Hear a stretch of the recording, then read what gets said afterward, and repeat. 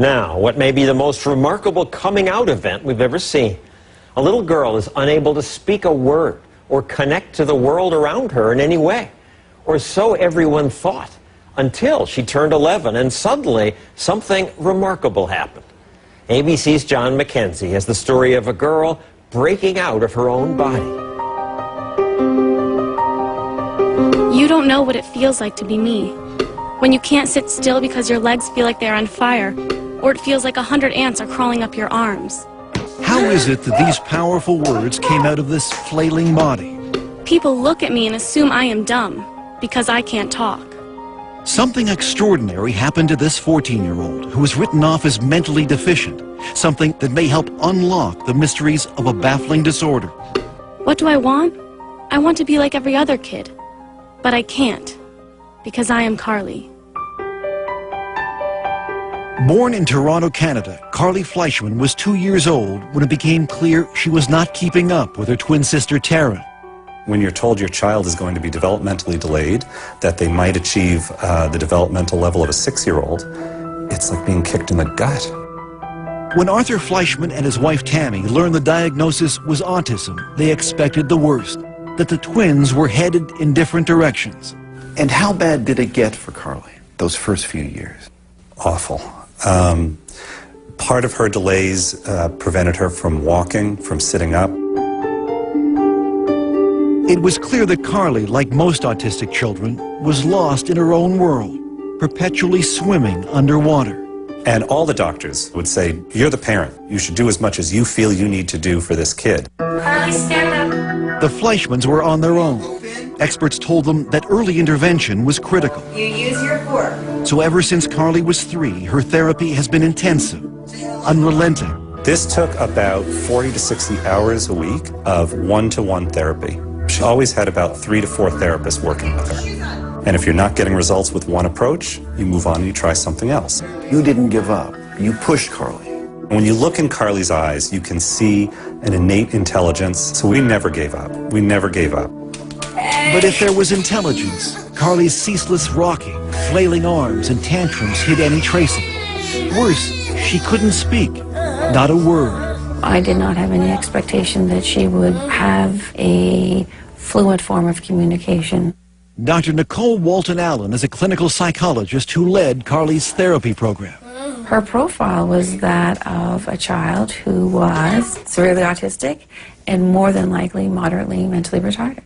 And did you ever think about institutionalizing her? We had friends saying, you know, you've been plugging away, spending thousands of dollars on therapy. You're not really seeing the progress. So, of course, you start thinking about, should she be in a group home? But you decided against it.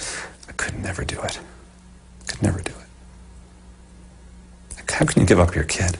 What do you want? Despite thousands of hours of therapy over months and years, Carly's progress was excruciatingly slow.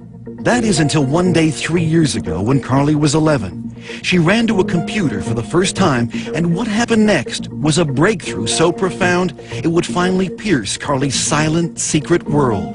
And she was quite distressed, and she starts to spell H-U-R, and it was like T, hurt. And then a little bit later on, she spells H-E-L, and we kind of pushed her to finish, and she puts P, so she spells help. Afterwards, she sort of got up, went behind the couch, and she threw up. What are you cheering? Barbara Fenton Nash is one of Carly's longtime therapists. So what did this tell you? It told us that there was a lot more going on there than we knew, and to us that was a breakthrough moment because we hadn't specifically taught her the words. And at first we didn't believe it. Knowing this child for 10 years and never seeing her write a thing, of course you're going to be skeptical. Everyone was, including her other therapists, who were now desperate to see proof. But Carly refused to type, exhibiting the same hysterical behavior that led experts to label her as mentally retarded. She would strip off her clothes. She would go into the bathroom and she would engage in fecal smearing. So the typing was great, but no one could see it. Here, show me. What was needed was some tough love. If Carly wanted something, she would have to type for it. First type, and then you get. Let's go. Oh, she had to work for it. If she wanted information, if she wanted to go somewhere, she had to type by herself. Finally, several months later, Carly began to type for others. She started to realize that by communicating, she had power over her environment. And what came through her finger, typing one letter at a time, with fluency no one could believe, was astonishing. I am autistic, but that's not who I am. Take time to know me before you judge me. I am cute, funny, and like to have fun. Through her torrent of words, Carly began to unravel the mysteries behind her often wild behavior. Like banging her head. Because if I don't, it feels like my body is going to explode.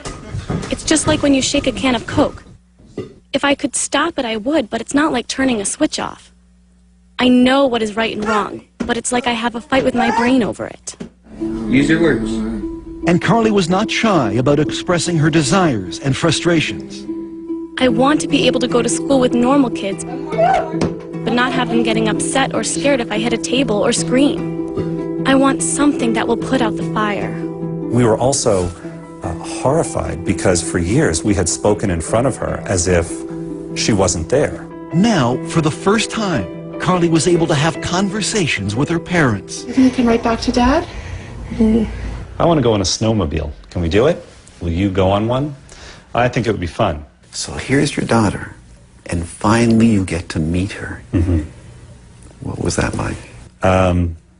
Overwhelming. Overwhelming. I stopped looking at her as a disabled person. You promised. Did you lie to me? And started looking at her as a sort of sassy, mischievous teenage girl. I want people to know that no one is telling me what to say, and I don't have a hand up my butt like a puppet. Carly has been very clear that she sees herself as a normal child, locked in a body that does things that she has no control over. Side by side with her twin sister Taryn, it would be easy to dismiss Carly as intellectually challenged. That is, until you ask her a question. Carly, why do autistic kids cover their ears, flap their hands, hum, and rock? It's a way for us to drown out all sensory input that overloads us all at once. We create output to block out input. Carly's brain, unlike most people's, is overwhelmed by the senses of sight and sound, taste and smell. Our brains are wired differently. We take in many sounds and conversations at once. I take over 1,000 pictures of a person's face when I look at them. That's why we have a hard time looking at people. The one thing she can control is when and where she'll type. Oh, this is John. This is John. And usually she needs to be motivated. Finish up. You're doing great. When I tried making conversation with Carly, she would not type back. I'll tell you anything you want to know. Her finger hovering over the keys for hours, until I brought up my teenage son. He wants to play football. Now she's smiling. It's going to be something funny. Are you embarrassed? Come on, we want to hear what you have to say. Yes, I guess he's cute. You know, 2 years that we've been communicating, and every time she writes something, there's a little bit of that sense of awe. The room resembled a ship's cabin. Its walls Dear made of Dad, wooden laths, I love when you read to me, covered by many coats and I of love that you believe in me. I know I'm not the easiest kid in the world. Give me a kiss. However, you are always there for me, holding my hand and picking me up. I love you. I'll go through many sleepless nights to hear that. I'll spend every penny we have to hear that. Was there one writing in particular that left a lump in your throat? In this writing where she says, "You've never been in my body. I wish for one day you could be in my body."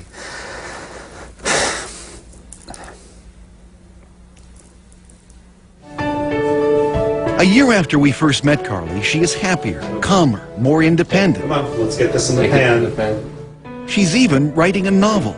I think that humankind is just oblivious to things that have been around for many years. She also has her own internet blog and twitters regularly, answering questions from people all over North America. I think Carly knows that she now has a voice that can help other kids. Now she looks at herself as someone who can make a mark on the world. And that's got to be life-changing. What do you hope for Carly now? I want her to be happy. I want her to have dreams and goals and accomplish those goals in spite of her challenges. I think the only thing I can say is don't give up. Your inner voice will find its way out.